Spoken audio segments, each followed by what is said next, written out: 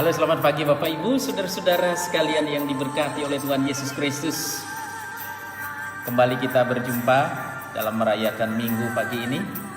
Saya berharap Bapak Ibu senantiasa di dalam penyertaan Tuhan, tidak kekurangan suatu apapun, masih dikaruniai kesehatan dan bisa makan setiap hari. Dalam situasi new normal, marilah kita terus berusaha untuk menyesuaikan diri untuk hidup bersama dengan Tuhan. Kita percaya bahwa berkat-Nya tidak akan pernah berkekurangan di dalam kehidupan kita. Pada kesempatan ini, perkenankan kami menyampaikan selamat Hari Raya Idul Fitri kepada Bapak Ibu, saudara-saudara, tetangga yang merayakan. Kiranya damai dan sukacita ada selalu bersama dengan kita. Kita akan bangun negeri ini bersama-sama dalam sukacita, di dalam kebersamaan dan kebinekaan Indonesia yang tercinta ini. Minal aidin wal faizin, mohon maaf lahir dan batin. Salam sejahtera dari Tuhan Yesus Kristus kepada Bapak Ibu Jemaat Janapura dan juga Bapak Ibu dimanapun saudara berada.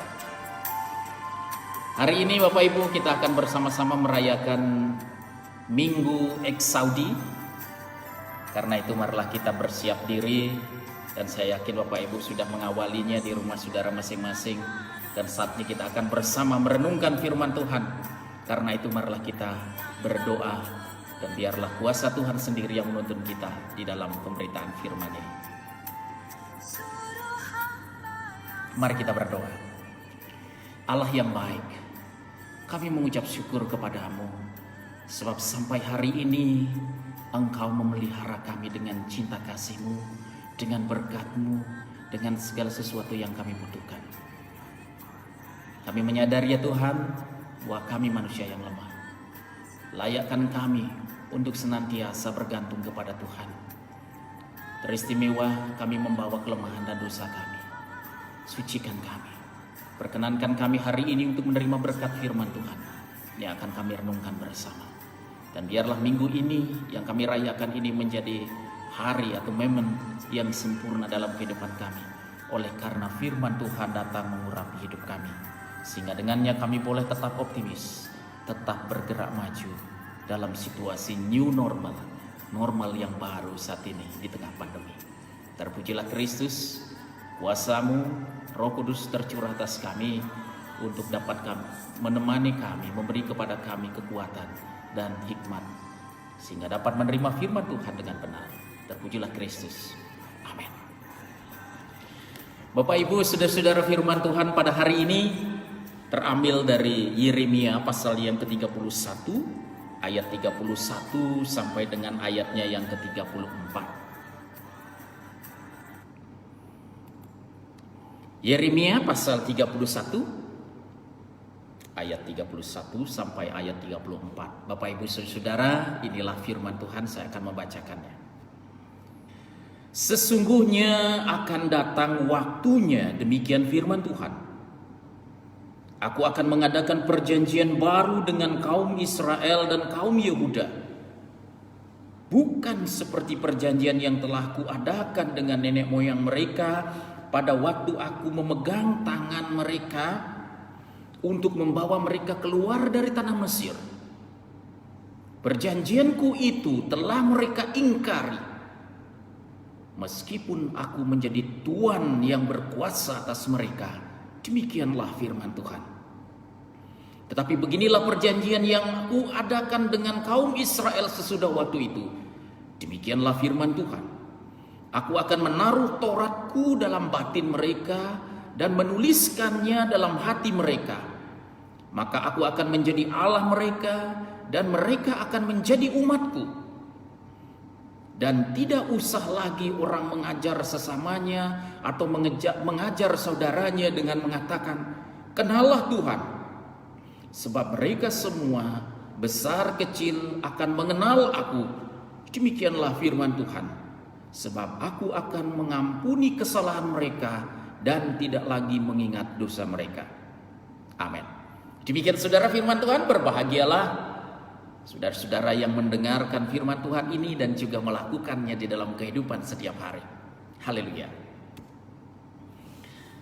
Saudara-saudaraku yang dikasihi oleh Tuhan Yesus Kristus, Judul kita pada Minggu Eksaudi hari ini berdasarkan pembacaan kita adalah, saya mengangkat judul dalam renungan kita ini, hidup sebagai umat perjanjian baru. Hidup sebagai umat perjanjian baru. Live as a new covenant people. Live as a new covenant people. Yeremia 31 ayat 31 sampai 34. Bapak Ibu saudara-saudara, hari ini Minggu Eksaudi, minggu ke-6 sesudah Paskah. Dan hari ini kita akan melihat mengenai umat perjanjian baru, saudara. Apa itu umat perjanjian baru yang dinubuatkan oleh Nabi Yeremia? Tapi sebelum sampai ke situ, Bapak Ibu saudara-saudara, mari kita flashback dulu, kita lihat ke belakang dulu sekilas untuk melihat perjanjian lama atau perjanjian pertama, the first covenant, dan proses terjadinya. Bagaimana proses perjanjian pertama atau perjanjian lama itu terjadi? Kita mulai dengan kisah Eksodus, saudara, yaitu keluarnya bangsa Israel dari Mesir menuju ke Kanaan. Nah, Paskah di dalam sejarah Israel adalah peringatan atau memperingati peristiwa Eksodus bangsa itu atau bangsa Israel dari Mesir menuju ke tanah perjanjian Kanaan. Dan dalam pengembaraan mereka di padang gurun, persisnya ketika mereka sampai di Sinai, ada gunung Sinai di situ, Allah turun kepada mereka dan membangun sebuah perjanjian dengan bangsa itu. Disitulah terjadi perjanjian antara Allah dengan Israel sebagai umat. Dan Allah berjanji, saudara, untuk memberikan tanah Kanaan kepada bangsa Israel setelah menebus mereka dari perbudakan Mesir. Itu yang pertama, janji Allah. Yang kedua, saudara, Allah akan menjadi umat mereka dan Allah akan mengangkat mereka sebagai umatnya. Saya ulangi, Allah menjadi Allah bangsa Israel atau Allah mereka, dan mereka akan menjadi umatnya. Nah, itu inti dari perjanjian Allah dengan Israel di Sinai. Nah, saudara, dalam kaitan dengan perjanjian itu, Allah memberikan lalu ke-10 hukum dan hukum-hukum perjanjian lainnya kepada bangsa Israel. Dan pada waktu itu bangsa Israel menerima hukum itu secara bersama-sama bersumpah dengan mengatakan, segala firman yang telah diucapkan Tuhan itu akan kami lakukan. Keluaran 24 ayat 3, saudara. Atas perjanjian itu, saudara, Tuhan menuntut ketaatan Israel.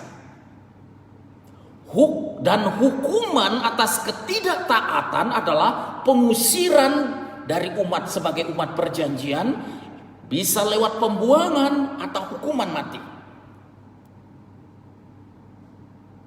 Meskipun Allah menuntut ketaatan yang sungguh kepada bangsa Israel pada waktu itu, saudara, Allah menuntut ketaatan yang sungguh, tetapi sebenarnya, saudara, Allah masih memberikan ruang untuk umatnya sadar dan bertobat selalu kepadanya.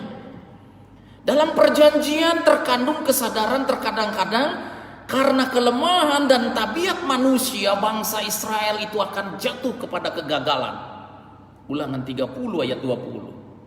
Dan untuk menghapus kesalahan dosa dan kembali mendamaikan umat Israel dengan Allah, Allah menyediakan sistem korban, saudara.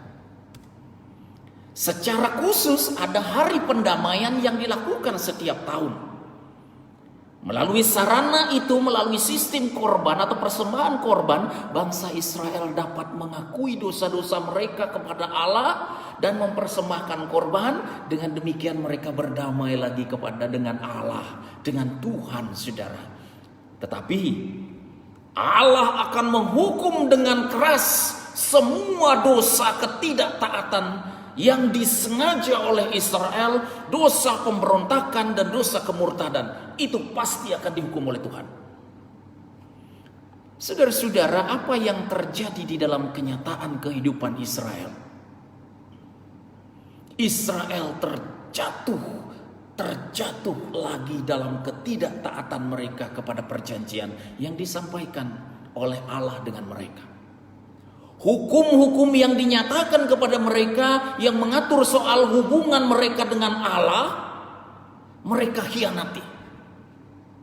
Hukum tentang moralitas yang mengatur relasi mereka dengan sesama, dengan tetangga, dengan saudara-saudara, tidak mereka indahkan lagi. Dan dalam bacaan hari ini, saudara, Tuhan berkata, perjanjianku telah mereka ingkari. Meskipun aku menjadi Tuhan yang berkuasa atas mereka. Demikianlah firman Tuhan. Yeremia 31 ayat 32, saudara. Pahatan-pahatan hukum Tuhan di atas loloh batu tinggal menjadi prasasti, tanpa ditaati lagi. Mereka telah menjadi bangsa yang ingkar janji. Dan itu terjadi bukan sekali dua kali, saudara, tetapi berkali-kali dalam beberapa rezim berganti. Yeremia pun telah wanti-wanti memberi peringatan kepada mereka agar kembali. Ikuti jalan Tuhan. Tetapi apa yang terjadi? Mereka tetap melawan hingga puncak dari akibat pengingkaran atas perjanjian itu terjadi, yakni pembuangan ke Babilonia. Ditawan oleh bangsa yang tidak mengenal Allah. Dan saudara, pembuangan itu terjadi bukan 1 atau 2 tahun, tetapi puluhan tahun, yakni kira-kira 70 tahun, saudara. Dalam keadaan itulah, yakni sekali lagi Yeremia tampil untuk menyuarakan kehendak Allah, bahwa akan terjadi restorasi, akan terjadi pemulihan atas perjanjian yang telah dihancurkan oleh bangsa Israel itu, bahwa akan terjadi perjanjian baru yang akan dinubuatkan oleh Tuhan dengan mereka. Yeremia berseru kepada bangsa Israel pada waktu itu mewakili Tuhan.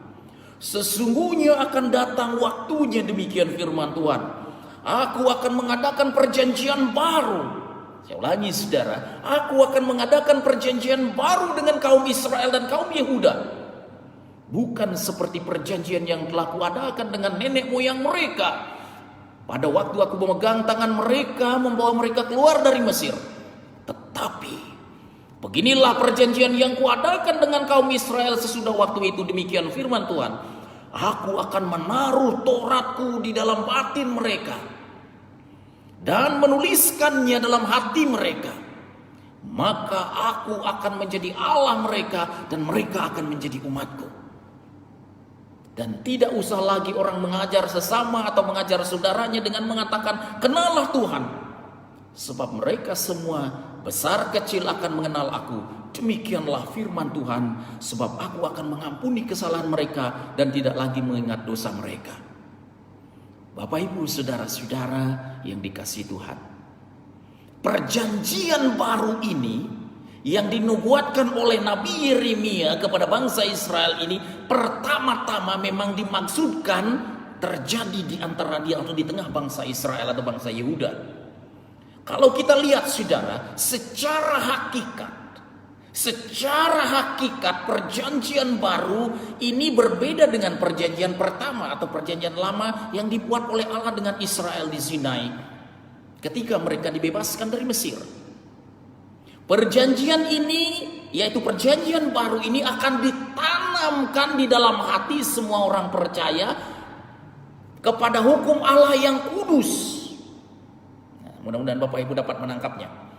Pengetahuan akan Allah tidak akan perlu diberikan lagi karena setiap orang akan mengenal Allah, karena perjanjian Allah itu ada di sini, saudara.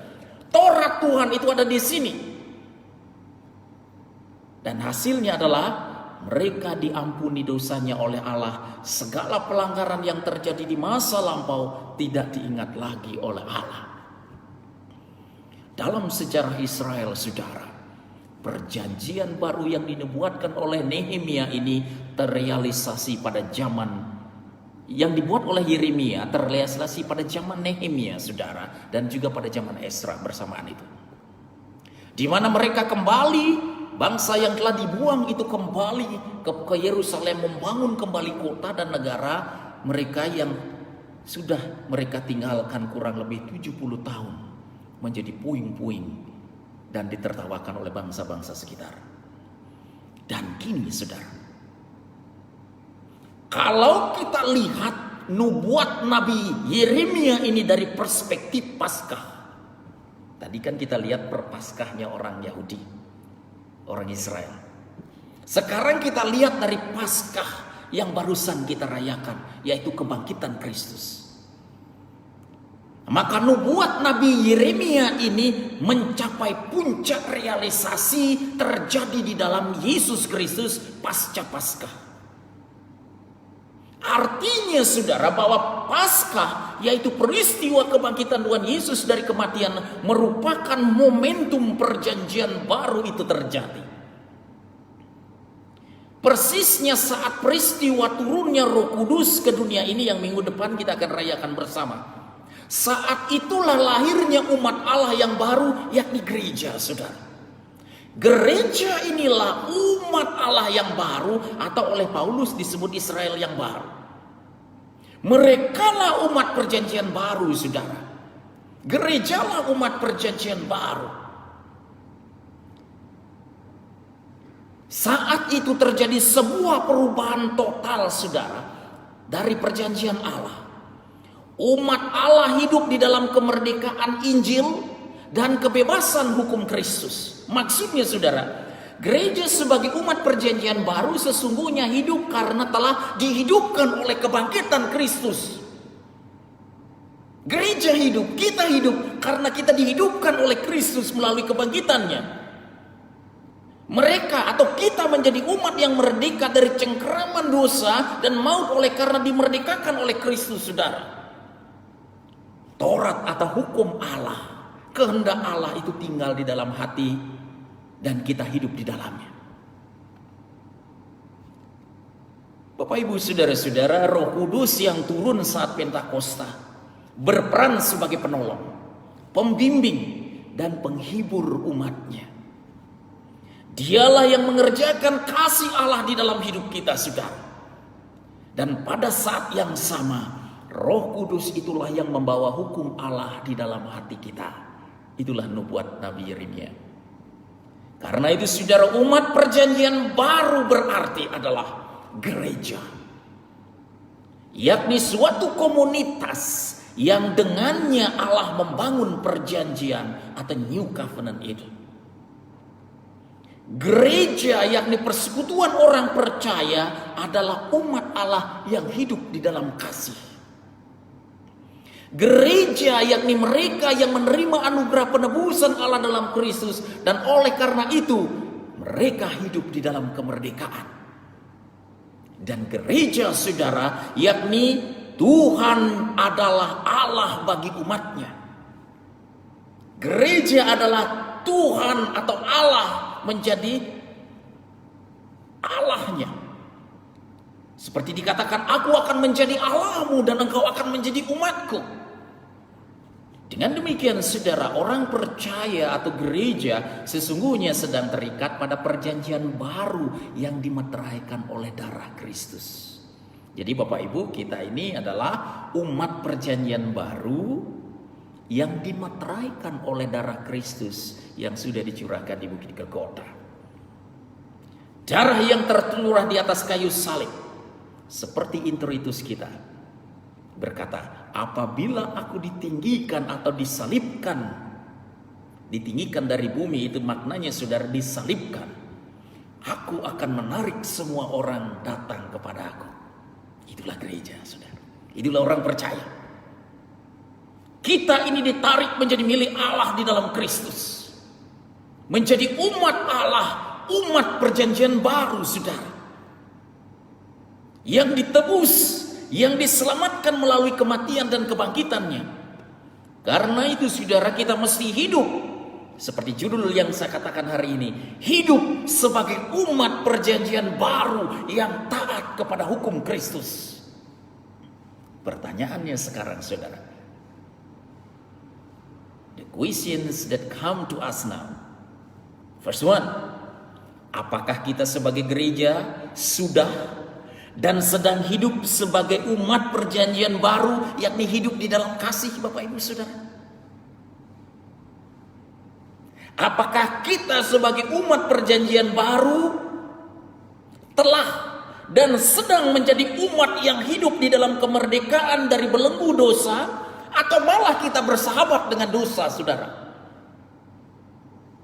Apakah sebagai umat perjanjian baru kita sedang menempatkan Tuhan sebagai Allah dan dengan demikian memelihara Tauratnya dan hukum-hukumnya di dalam hati kita, Saudara?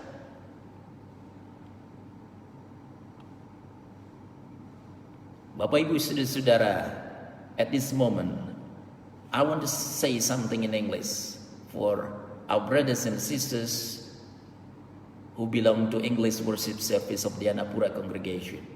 The first covenant made by God with Israel. The first covenant. The first covenant made by God with Israel has been broken by Israel. Israel failed again and again in disobedience to that covenant. The laws that were given to them governing their relationship with God, they betrayed. The law of morality governing their relationship with others is no longer respected. They broke my covenant, God said, though I was a husband to them, declares the Lord. Jeremiah 31st, verse 32nd. Brothers and sisters, the carvings of God's laws on tablets of stone remain as inscriptions. Without being obeyed anymore. They have broken the covenant. And that happened not once or twice, but many times in several regimes. Therefore, through Jeremiah, God declared that He would make a new covenant with the descendants of Israel. God said, I will put my law in their minds and write it on their hearts. I will be their God and they will be my people. Brothers and sisters, Easter or Passover, the resurrection of Christ from the dead, is the momentum of a new covenant, exactly when the descents of the Holy Spirit come into this world. At that time, the new people of God were born, the church. Church is the new people of God. Paul is called the new of Israel. They are the people of the new covenant. At that time, there was a total change of God's covenant. God's people live in freedom of the gospel and freedom of the laws of Christ. It means that the church as a new covenant people actually lives because, once again, the church as a new covenant people actually lives because they have been lived by the resurrection of Christ. They became free people from the clutches of sins and death because Christ set them free. And God's laws live in their hearts and they live in it. The church, brothers and sisters, which is a community in which God builds His covenant. The church in which a fellowship of believers, God's people who live in love. The church, those who receive the gift of God's redemption in Christ, and therefore live in freedom, and the Lord our God for His people.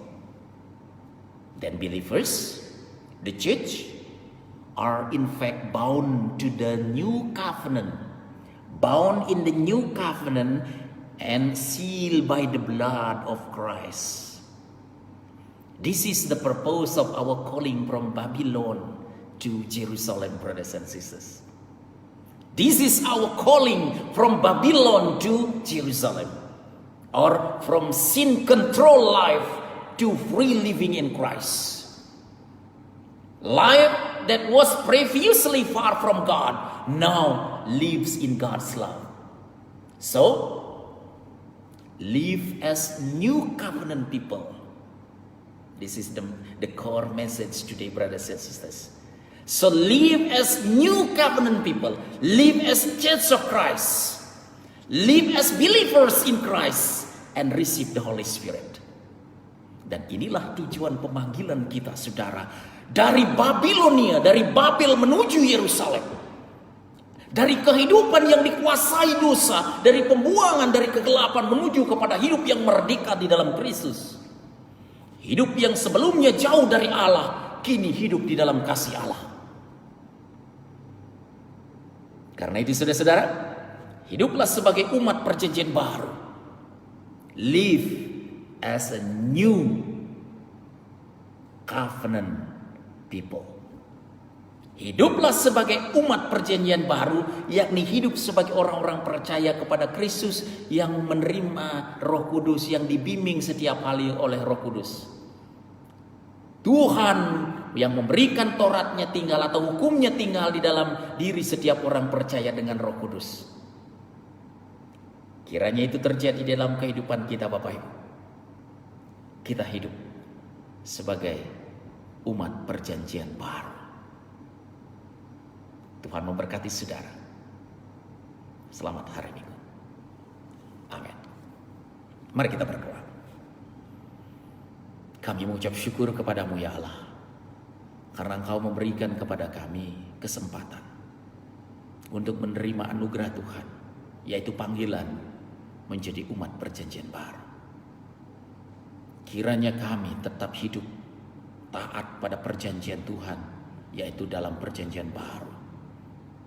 Kami menjadi umat-Mu, kami hidup di dalam kasih-Mu, kami hidup karena Roh Kudus yang dimeteraikan oleh darah Kristus. Kami berdoa saat ini Tuhan, bagi bangsa dan negara kami yang masih berjuang, yang masih bekerja keras untuk berperang melawan pandemi COVID-19 ini. Mampukan kami untuk beradaptasi dalam kehidupan new normal atau normal yang baru, sehingga kami secara perlahan boleh hidup di dalamnya, boleh bertahan, boleh melanjutkan kehidupan ini. Karena itu Tuhan, berkatilah kami masing-masing. Beri kami hikmat untuk menemukan sumber kehidupan kami bersama dengan sumber kehidupan yang sejati, Yesus Kristus. Berkati umat-Mu di Dianapura, beri mereka makan setiap hari. Yang sakit Engkau jamah dengan kuasa-Mu, sembuhkan mereka sehingga mereka sembuh. Saudara-saudara kami yang kelaparan, yang karena PHK, kami mohon Tuhan, Engkau membuka jalan. Kami tahu Engkau tidak akan membiarkan mereka kelaparan. Pelihara mereka dengan cinta kasih, sebab mereka setia mengikut Tuhan sebagai umat perjanjian baru.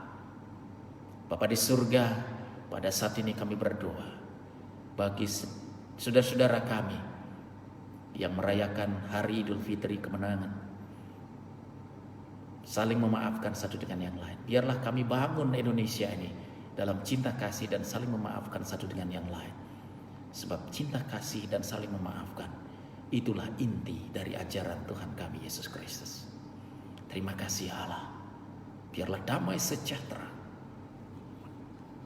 di dalam Tuhan Yesus Kristus dan kasih Allah Bapa serta penyertaan Roh Kudus memelihara umat-Mu, jemaat Dianapura, dan juga setiap orang yang percaya hari ini sampai Tuhan datang.